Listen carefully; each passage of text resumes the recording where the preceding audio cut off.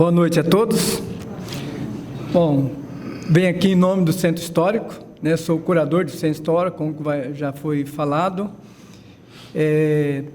Acredito que esteja lá, é uma missão que nós temos, porque é lá, no Centro Histórico, que nós guardamos a história da Santa Casa e dos seus associados, dos seus fundadores, que nós acreditamos que nós só amamos o que nós conhecemos. Então, nós precisamos conhecer a Santa Casa para nós aprendermos a amar a Santa Casa.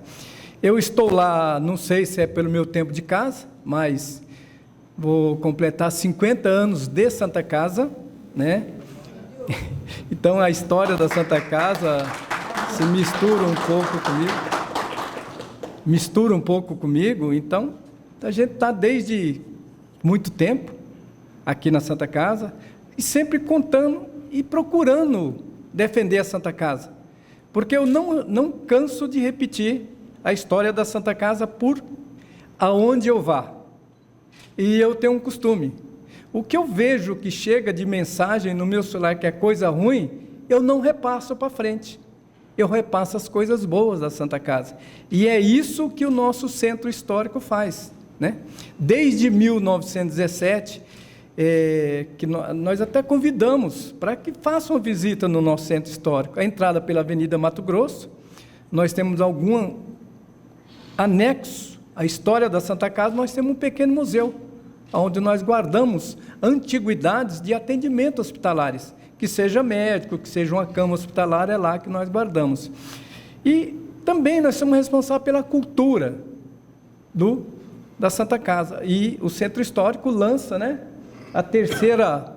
terceiro ciclo de palestra, já fizemos para trás alguns, e acreditamos que nós estamos plantando uma semente e nós vamos vencer.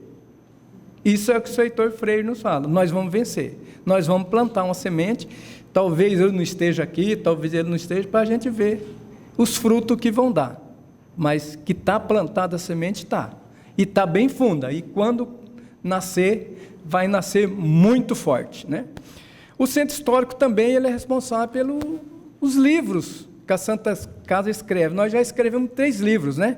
Começamos pelo do Centenário, onde nós contamos, lá tem a história da Santa Casa, mesmo ali, desde a sua fundação, e um pouquinho mais para frente, nós temos mais 2 livros. Esse ano agora nós estamos terminando de escrever o livro sobre os médicos da Santa Casa, né? Que nós temos umas histórias muito bonitas, história viva, está aqui presente o Dr. Hélio Mandetta, né, que faz parte da história dos médicos da Santa Casa, foi um dos pioneiros aqui, né, e alguns outros médicos. Nós estamos procurando material nós estamos quase em fase de terminar esse livro, que vai ser o 4º livro. Quem entrar no site da Santa Casa, procurar a aba do Centro Histórico, ali vai estar o livro do Centenário em e-book, que a pessoa pode ler no computador, como queira, baixar no celular, e também tem uma síntese da nossa história, e os outros livros que nós lançamos. Então, lá no Centro Histórico está bem visto lá. Bem, a palestra de hoje é sobre o pronto-socorro, né? Nosso colega Celso, enfermeiro, mais ou menos igual eu, foi criado dentro do pronto-socorro. Eu falo que o sangue do pronto-socorro corre nas minhas veias ainda, que eu sou do pronto-socorro desde a época que 192 emergência era lá. Então, o Celso, nós que convivi com ele na época, também ele trabalhava lá, depois saiu, voltou novamente, mas eu sempre, desses 50 anos da Santa Casa, eu acho que uns 25 ou 30 eu vivi no pronto-socorro. Então, também conheço um pouquinho da história do pronto-socorro, como da Santa Casa, e faço questão de passar para frente. Então, sejam bem-vindos, né?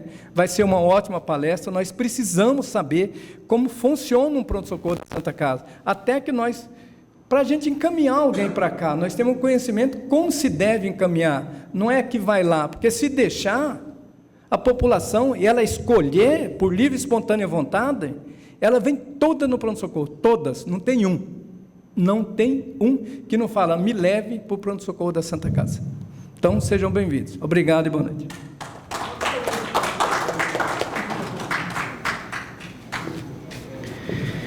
E para falar sobre o tema Conhecendo o Pronto-Socorro da Santa Casa, convidamos o senhor Celso Cabanha Torres, enfermeira analista do pronto-socorro da Santa Casa de Campo Grande. Não tem o currículo dele?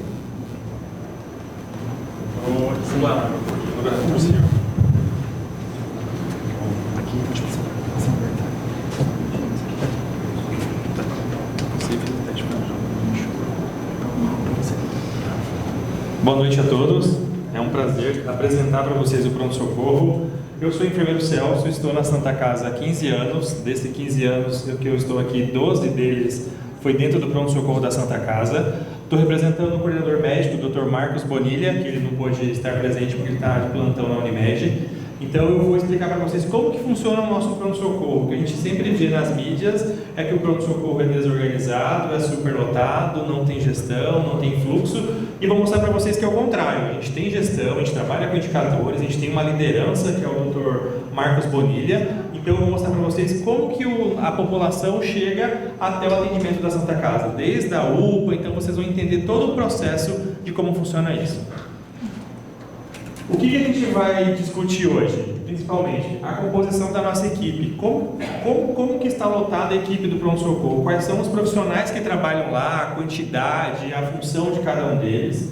A gente vai definir fluxo de atendimento. Não adianta você ter, qualquer empresa que você tenha, tem que ter fluxo, tem que ter processos, tem que ter protocolos, senão você não consegue desenhar nenhuma linha de trabalho. Então eu vou mostrar para vocês como funciona o nosso fluxo de atendimento, como funciona um pouco de regulação. A enfermeira Maresta já fez uma palestra sobre a questão da regulação, então não tem como falar de pronto-socorro sem falar de regulação. Então eu vou falar para vocês uma parte mais resumida do que é uma regulação hospitalar. Como funciona a classificação de risco, então a gente vai entender como que os pacientes chegam, por onde que eles adentram a Santa Casa, como que funciona o processo de classificação. Um chama de classificação de risco, o outro chamam de triagem. Então a gente vai entender como que funciona o nosso processo de entrada desse paciente dentro da nossa instituição. Depois da classificação de risco, como que ocorre o atendimento desse paciente dentro do nosso hospital? A gente vai entender qual é a dimensão do nosso hospital, quais são as nossas referências. Quando eu falo de referência, quais são os pacientes que a gente tem como referência para atendimento dentro do nosso estado e os principais desafios que a gente enfrenta como sendo o maior hospital do estado. Então, falando um pouco sobre a nossa composição, como que é montada a equipe do pronto-socorro da Santa Casa, então eu trouxe ali para vocês.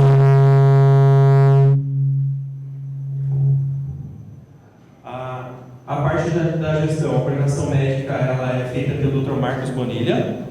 A gente tem um responsável médico pela escala, que é a doutora Letícia. Então toda a parte da escala médica, a contratação, quem são os médicos que vão entrar. Então quem é responsável para ver a escala, férias, se eu vou ter um furo, se tem um médico já atestado, para cobrir, para que não fique o plantão descoberto, é a doutora Letícia que é responsável pela escala médica. Nós temos o responsável pela educação continuada, que é o Dr. Rodrigo Quadros. Não sei se vocês já ouviram falar do Dr. Rodrigo Quadros. Então, ele é responsável pelos protocolos, pelos treinamentos dos médicos que estão ali dentro do nosso pronto-socorro, tanto médicos quanto equipe multiprofissional, porque a cada ano a gente tem protocolos que são mudados. Então, o médico vem para capacitar aqueles médicos que estão na linha de frente. Então, o responsável pela educação continuada é o Dr. Rodrigo Quadros.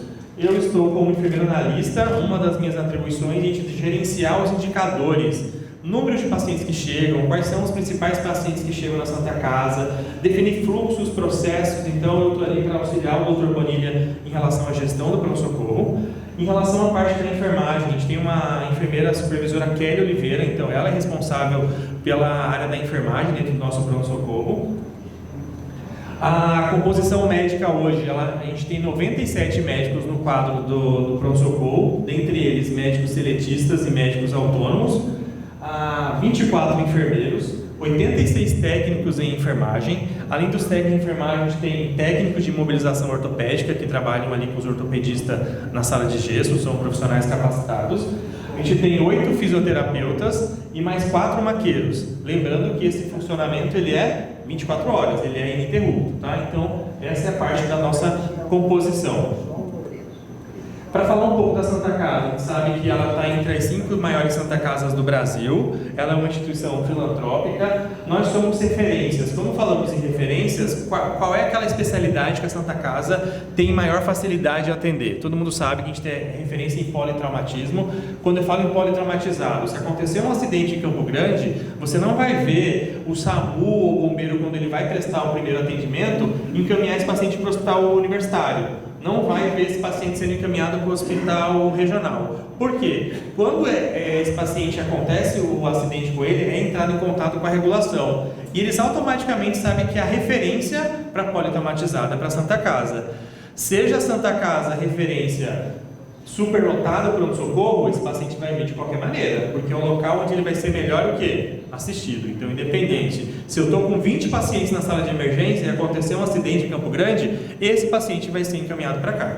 Tá? Além da parte do politraumatizado, a gente tem a parte do transplante renal, que é referência, paciente de grandes queimados, lembrando que por mais que a gente tenha a questão do estado, a gente também faz divisa com alguns países vizinhos, então Paraguai, Bolívia, então muitas das vezes esses pacientes acabam vindo para ser atendido aqui dentro do nosso hospital. A parte de cirurgia cardíaca, o nosso hospital é o único hospital público que funciona 24 horas com a parte de oftalmologia, então você pode até ser atendido no pronto atendimento, mas quando ele precisar do especialista, eles vão encaminhar para a Santa Casa. Então a Santa Casa é o que vai atender nessa parte oftalmológica, além da cirurgia cardíaca e os pacientes oncológicos. Então essas são as nossas referências em relação aos atendimentos da Santa Casa.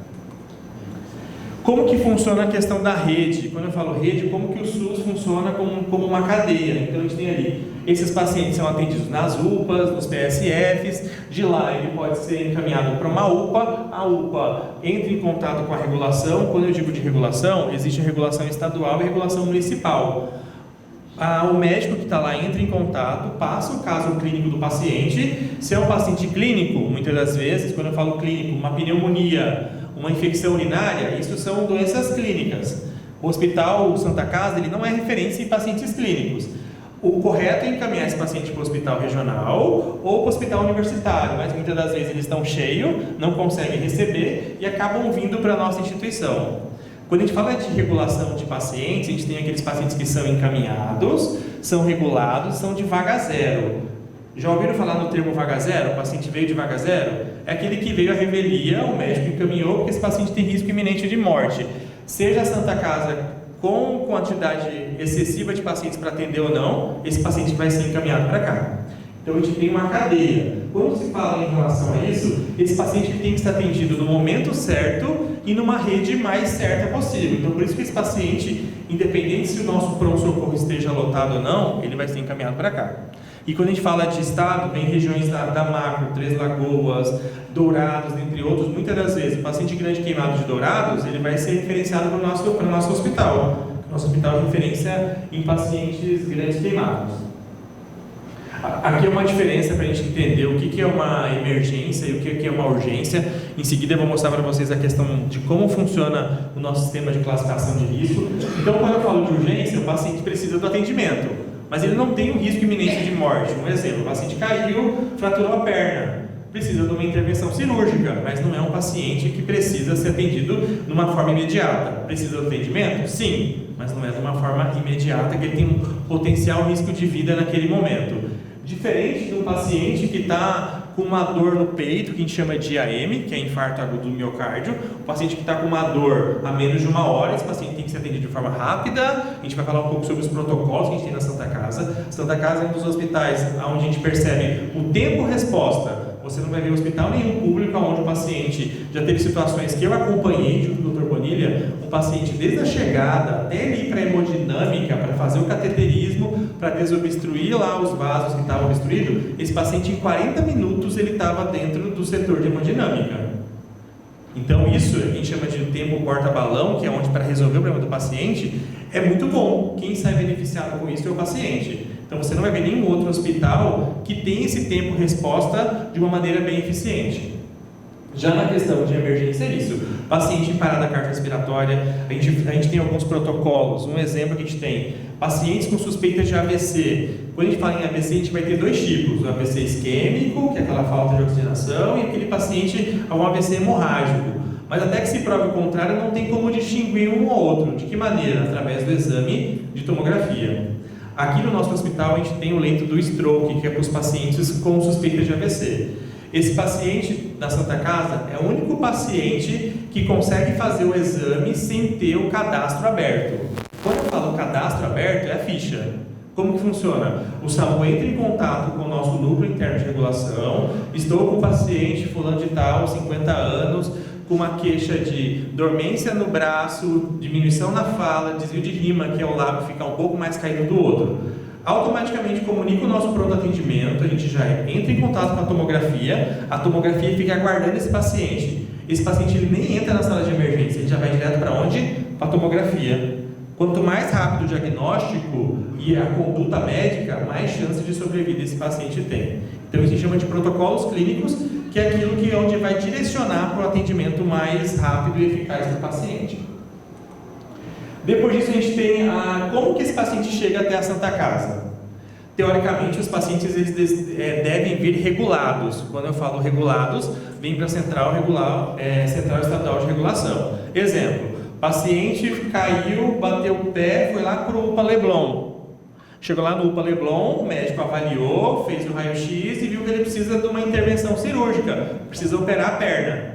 Esse paciente não vai colocar no Uber e falar, vai para a Santa Casa. O médico tem que inserir ele no sistema, esse sistema cai na regulação, tem um médico regulador que vai avaliar e vai direcionar esse paciente para onde tem a referência. Esse sistema fica conectado com o nosso núcleo interno de regulação, o médico avalia, se é um caso referenciável, ele aceita. Quando ele aceita, a UPA do Leblon identifica o caso lá. Em algumas situações, se o paciente tem condições de vir por meios próprios, ele vem com o carro dele. Muitas das vezes, se o paciente não tem condições, aí ele vem com o serviço de resgate, muitas das vezes o SAMU que traz. Então a gente tem SAMU, Corpo de Bombeiros, ambulâncias do município que trazem esse paciente, a CCR que faz toda a questão dos resgates nas nossas rodovias. A gente tem os pacientes que vêm transferidos das UPAs, as transferências hospitalares. A gente tem paciente que está lá no hospital regional, um hospital de alta complexidade, mas eles não operam a cabeça do paciente que tem sangue. Então, se o paciente está lá, está tendo todo o cuidado, ele fez uma tomografia e tem sangue, ele tem que ser transferido. Mas não é só ligar, eu preciso levar um paciente. O médico de lá insere no sistema, esse sistema cai na regulação estadual, cai aqui na Santa Casa no sistema, o médico vai avaliar, aceita ou não aceita. Muitas das vezes a gente não tem como aceitar, aí o médico regulador coloca como vaga zero, então ele vem à revelia, a Santa Casa precisa absorver esse paciente de qualquer maneira, tá? E eu coloquei essa questão em vermelho, que é o que a gente mais hoje evidencia, que é a demanda espontânea. O que vocês entendem como essa demanda espontânea é o último item que eu coloquei ali no final? Hã? Ele vai direto. A gente sabe que a Santa Casa é um hospital terciário de alta complexidade, para aqueles pacientes que realmente precisam do atendimento hospitalar. O nosso hospital, o paciente que chega, ele é classificado.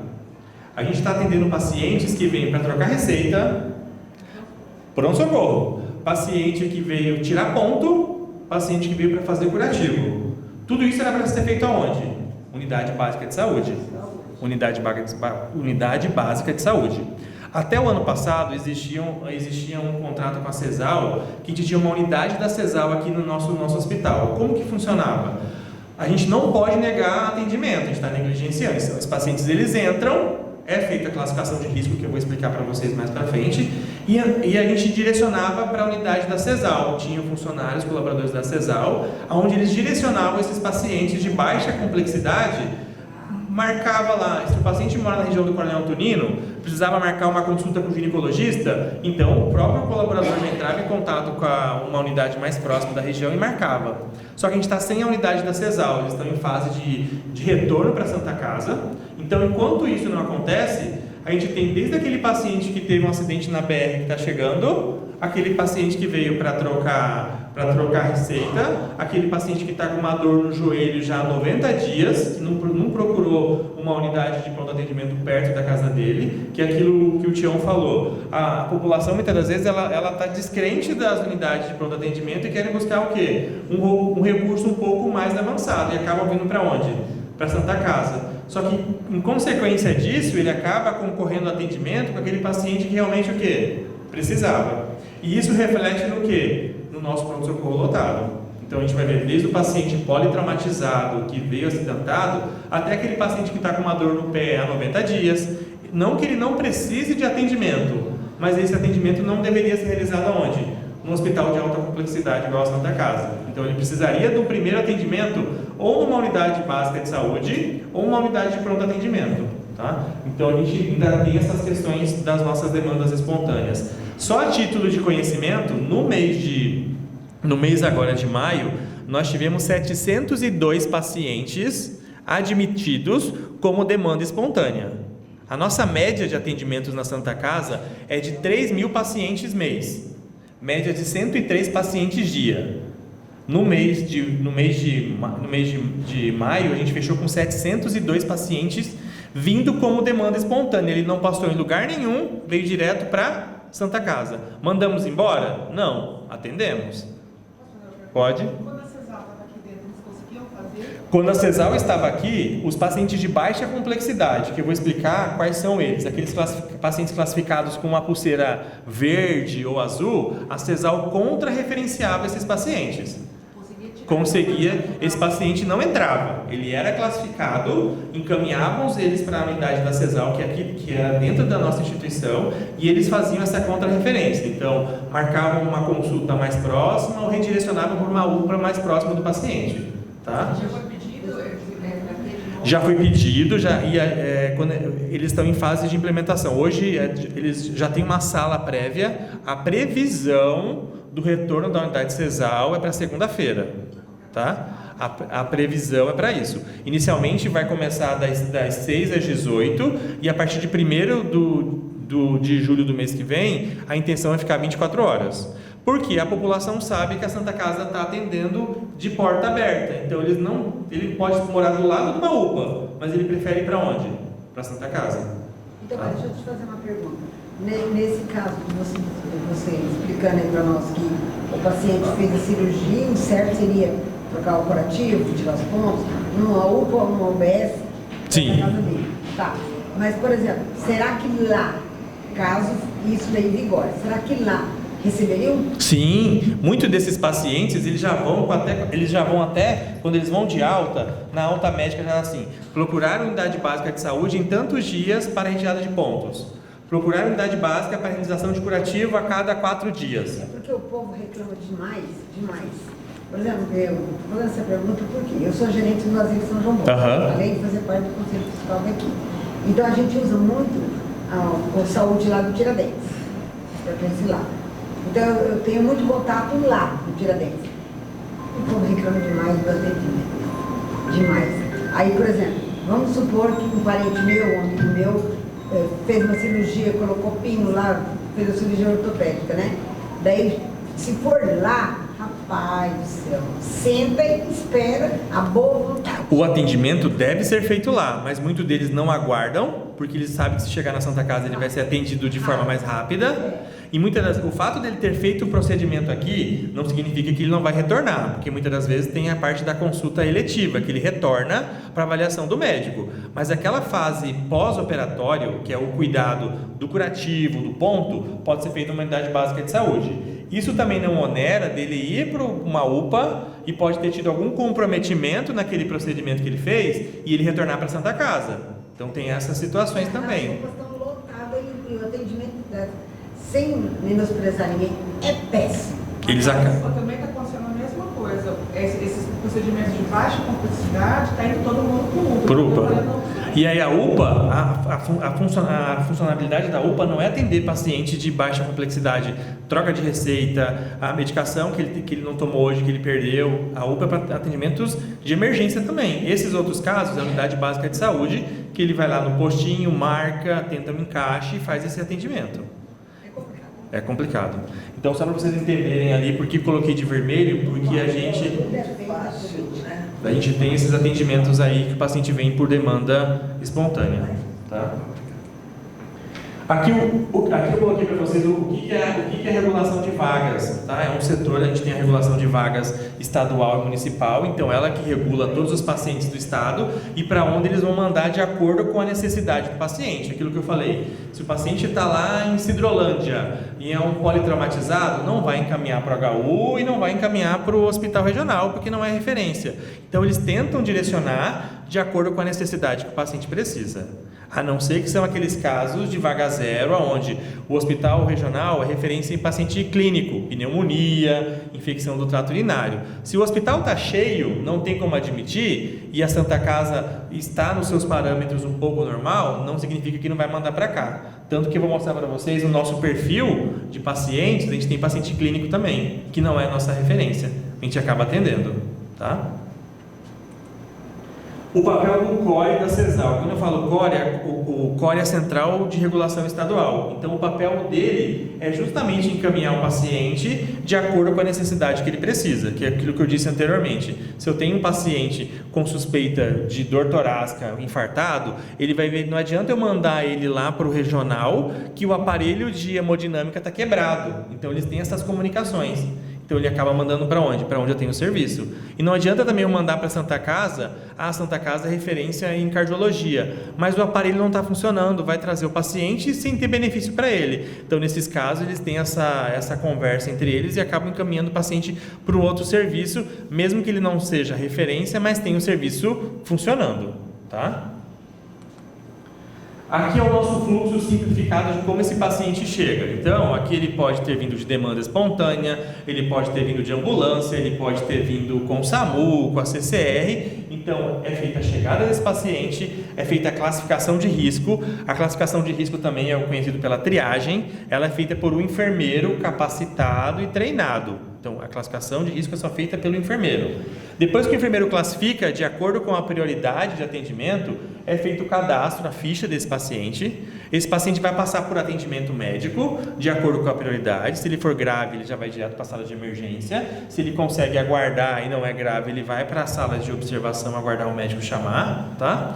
Depois disso, se houver necessidade, o médico pede exames. Quando pede exames, pode ser exames de imagem, exame laboratorial. Depois o médico reavalia esses exames. Se houver necessidade, interna o paciente, se não, dá alta para casa. Então, esse é o nosso fluxo simplificado de como o paciente chega aqui na nossa instituição, tá? Depois disso, eu vou falar sobre a classificação de risco, tá? Vou falar para vocês também que quando a gente fala de classificação de risco, vou falar, vai estar ali, tá? Quando eu falo de classificação de risco, a gente vai entender que no Brasil eu tenho mais de 10 tipos de protocolos de admissão desse paciente. O protocolo que a gente usa na Santa Casa não é o mesmo que a UPA utiliza. Então, são vários protocolos que tem no Brasil. Cada instituição tem autonomia de escolher qual o protocolo mais adequado de acordo com o seu perfil. Então, quando eu falo de classificação de risco, ela não define diagnóstico. O enfermeiro não vai dar o diagnóstico do que o paciente tem. Ele vai se basear na queixa. Por que te trouxe aqui? O que o senhor sente? Ah, tem paciente que é poliqueixoso. O que é poliqueixoso? Ele está queixando da perna, ele está queixando de dor na cabeça, ele está queixando de dor nas costas. Tá, dessas 3 queixas, o que trouxe o senhor? O que está mais agravante? Através daquela queixa, ele vai direcionar qual tipo de prioridade esse paciente vai ter. Então, a gente coloca aí, a principal finalidade é identificar o risco de agravamento que esse paciente vai ter. Aqui no nosso hospital, a gente não atende paciente por ordem de chegada, que era o que era feito antigamente. Então, o paciente chegava lá 10 horas e chegava às 10h30, eu tinha que atender os das 10 horas primeiro. Hoje não. Hoje é de acordo com prioridade. Então, eu posso ter um paciente que está com uma dor no peito, que chegou agora. E eu tenho um com dor que está com uma dor abdominal, que chegou há 3 horas. Então, eu não vou atender o da dor abdominal, eu vou atender a prioridade. Qual que vai matar primeiro? O paciente que está com uma dor no peito, que eu não consigo descartar se ele está infartando, ou o paciente que está com uma dor abdominal, que pode ser de alguma coisa que ele comeu e não se sentiu bem. Então, isso que a gente coloca como uma parte da priorização em relação à queixa que esse paciente veio até o nosso hospital. Depois disso, eu trouxe para vocês aqui o protocolo de classificação de risco que a instituição tem desde 2013, é o protocolo de Londres, que a gente chama de protocolo de Manchester. Ele é baseado em cores e tempos de atendimento. Então, ali eu trouxe para vocês o vermelho, ele é atendido de forma imediata, esse paciente já é direcionado para a nossa sala de estabilização, que é a nossa área vermelha. A gente tem o paciente que é classificado. Quando ele é classificado, ele recebe uma pulseira e nessa pulseira tem um adesivo com o nome que é a identificação do paciente. Então, laranja, ele tem até 10 minutos, lembrando que aquele tempo que eu coloquei ali é até. Muito deles, pelos indicadores que a gente traz e a gente analisa na Santa Casa, a maioria deles está bem abaixo do que é esperado pelo protocolo. Então, eu tenho laranja até 10 minutos, o paciente amarelo ele pode ser atendido em até 1 hora, o paciente verde, que a gente considera como pouco, até 2 horas. Paciente azul não era nem para estar na nossa instituição. Como a gente está com demanda espontânea, a gente tem paciente que vem para trocar receita. Esse paciente não tem queixa, mas ele não pode ser mandado embora, então ele acaba vindo e a classificação dele acaba sendo como azul. Tá? Então esse paciente fica até 4 horas. Ele fica aqui? Não, porque ele sabe que é atendido rápido. Então esse paciente azul, muitas vezes o tempo de espera e atendimento dele não chega nem a 1 hora. Então por isso que ele acaba vindo. Tá? Então esse é o nosso protocolo atual que a gente tem sobre acolhimento com a classificação de risco, que são as pulseiras com as cores que vão determinar qual é o nível de atendimento desse paciente aqui na nossa instituição. Depois a gente tem aqui, conhecendo um pouco da nossa sala do pronto-socorro. O nosso pronto-socorro hoje ele é constituído de uma estabilização, que isso não tinha, eu vou mostrar nas imagens para vocês. Então a gente tem a sala de emergência, que teoricamente pela contratação a gente tem pactuado com a CESAL 6 leitos, porém a média de atendimentos de pacientes que permanecem lá é quase 3 vezes mais daquilo. Então o local que é para atender 6, eu vou estar atendendo 18. E a gente tem a área verde, que é a área de observação, que a gente chama de unidade não crítica, que é pactuado 7 pacientes e muitas vezes a gente tem lá 40 pacientes na área verde. Tá? Então, dentro da unidade de decisão clínica crítica, que é a área vermelha, a gente tem lá médicos, especialistas em medicina de emergência, enfermeiros, fisioterapeutas, técnicos em enfermagem. Então tem toda uma equipe multiprofissional para atender esse paciente. Um exemplo que eu vou citar para vocês, não sei se vocês viram na mídia ontem, teve uma vítima de um senhor que trabalha, não sei se ele é dono, trabalha naquelas empresas de viga, engenheiro, de viga, aquelas vigas de concreto, caiu mais não sei quantos quilos daquilo sobre ele. Como que acontece? O bombeiro, que hoje o bombeiro tem médico, que chama de unidade de resgate de suporte avançado, que chama de URSA, foi com o médico, atendeu esse paciente prontamente, entrou em contato com a regulação, o nosso núcleo interno já ligou para o nosso médico lá no pronto-socorro e já estava esperando esse paciente chegar. Então esse paciente chegou, foi estabilizado, fez tomografia, viu que ele tinha trauma que deveria ir para o centro cirúrgico, e em menos de 1 hora esse paciente estava no centro cirúrgico operando. Está em toda essa comunicação. Ele está bem grave, está na unidade de terapia intensiva por conta do impacto que ele teve. Tá? Então essa questão dessa comunicação. O que acontece depois? O paciente é atendido, ele vai para a observação, aguarda os exames, o médico vai reavaliar. Muitas das vezes o médico vai pedir uma especialidade, vai pedir o parecer para o neurocirurgião para analisar a tomografia da cabeça, se tem sangramento ou não, vai pedir um médico urologia para ver se tem alguma questão urológica. Esse paciente passa para o especialista. Se o especialista dá conduta de internação, o paciente interna, aguarda leito de enfermaria, ou então esse paciente é um paciente grave, precisa de terapia intensiva, fica aguardando uma vaga de unidade de terapia intensiva e ele é transferido. Se não tem nenhuma dessas indicações, o paciente acaba indo para casa. Tá? E aí eu pergunto, por que os prontos-socorros estão lotados hoje em dia? Uma das respostas que a gente mais sempre vai ter em relação ao quê? A gente vê que a população está tendo mais doenças crônicas. O que é doenças crônicas? Aquelas doenças que não têm cura. E muitas das vezes eles não procuram o quê? O atendimento básico próximo da sua região. Ele acaba deixando com que aquela doença se agrave. Se agravando, consequentemente, ele vai precisar de uma unidade hospitalar. Esse paciente vai ter que ir para o hospital. Se está com um quadro de infecção, no mínimo ele vai ficar 7 dias internado para tomar antibiótico. Não vai para casa de forma imediata, vai ter que receber antibiótico na veia. Então a gente vê, primeiro, a escassez de leitos hospitalares. Todos os hospitais de Mato Grosso do Sul estão lotados. Você não vai ver nenhum hospital que está vazio aguardando o paciente chegar. Você vai ver que todos eles estão acima da sua capacidade. Tá? E a gente vê, consequentemente, o aumento da população em relação a isso. O que a população tem que fazer? Manter o acompanhamento na atenção primária, que é aquilo que eu falei. Paciente que é hipertenso, lá na unidade básica de saúde, a cada 30 dias, 60 dias, renovar a receita, o médico avaliar se a pressão está estabilizada ou não, pedir exames. Então, consequentemente, se ele está fazendo esse controle, não vai agravar e não vai precisar de um atendimento hospitalar. Controlar essas doenças crônicas, utilizar adequadamente a rede de saúde, aquilo que eu falei para vocês. O paciente que não é grave acaba vindo para o nosso pronto-socorro, ele acaba competindo com aquele paciente que realmente precisava do leito de internação, mas o médico não vai mandar ele embora porque ele precisa passar pelo atendimento, tá? Aqui eu trouxe para vocês um pouco de dados, de estatísticas. O pronto-socorro da Santa Casa atende em média 3.000 pacientes por mês, uma média de 103 pacientes dia, tá? Isso no pronto-socorro adulto. Quais são as nossas referências? São os pacientes politraumatizados, os pacientes cardiológicos, infartados. Os pacientes clínicos não é nossa referência. Mas quando a gente pega indicadores através do CID, Código Internacional de Doenças, a gente vê que a gente tem paciente internado por pneumonia, paciente internado por infecção do trato urinário, que não deveriam estar na Santa Casa. A gente acaba o quê? Absorvendo. Desses 3.000 atendimentos mês, a gente tem o que a gente chama de taxa de conversão. A taxa de conversão é desses pacientes que chegam, quanto deles acabam internando. Então, a minha taxa de conversão no pronto-socorro está aproximadamente 55%. Ou seja, uma média de 1.600 pacientes internados por mês. Então, isso eu chamo de conversão. Os pacientes que convertem para internação. E dessa internação eu tenho aqueles pacientes desde internação simples para enfermaria, aqueles pacientes que vão para terapia intensiva, que ficam lá 10, 15, 20 dias de acordo com o quadro clínico do paciente. Aqui eu trouxe para vocês, a título de conhecimento, o nosso pronto-socorro é o único pronto-socorro da Santa Casa, o único pronto-socorro do estado que tem uma sala de estabilização. Para falar um pouco sobre a questão dos profissionais qualificados dentro do nosso pronto-socorro, eu trouxe ali para vocês que em 2018 a nossa instituição foi credenciada pela Residência de Medicina de Emergência, ou seja, eu tenho profissionais médicos, especialistas em medicina de emergência para atuar com esses pacientes graves.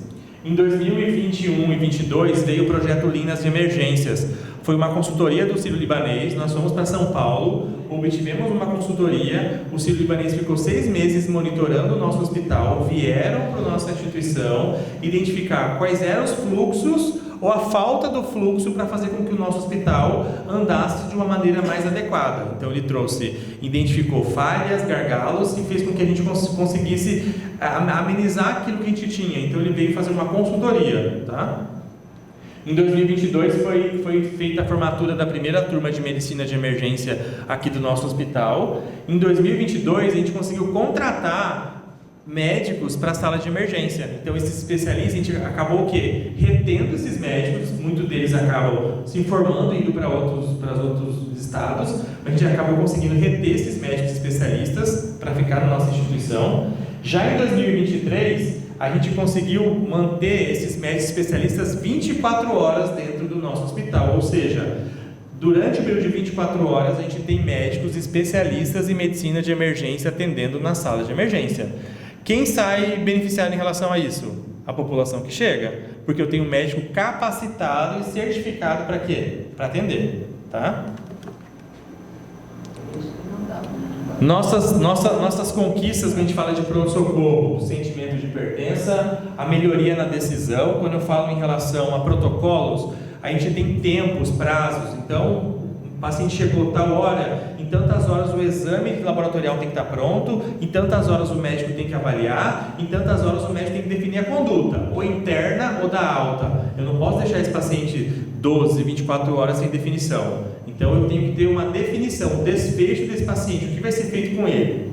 A relação horizontal com os especialistas, aquilo que eu falei, quando o médico avaliou o paciente e precisa de uma especialidade, entre em contato com o médico especialista, ele vem avaliar o paciente, muitas das vezes discute o caso, interna, pede encaminhamento para o centro cirúrgico, ou interna para leito de enfermaria. Então a gente ganhou em relação a esses especialistas.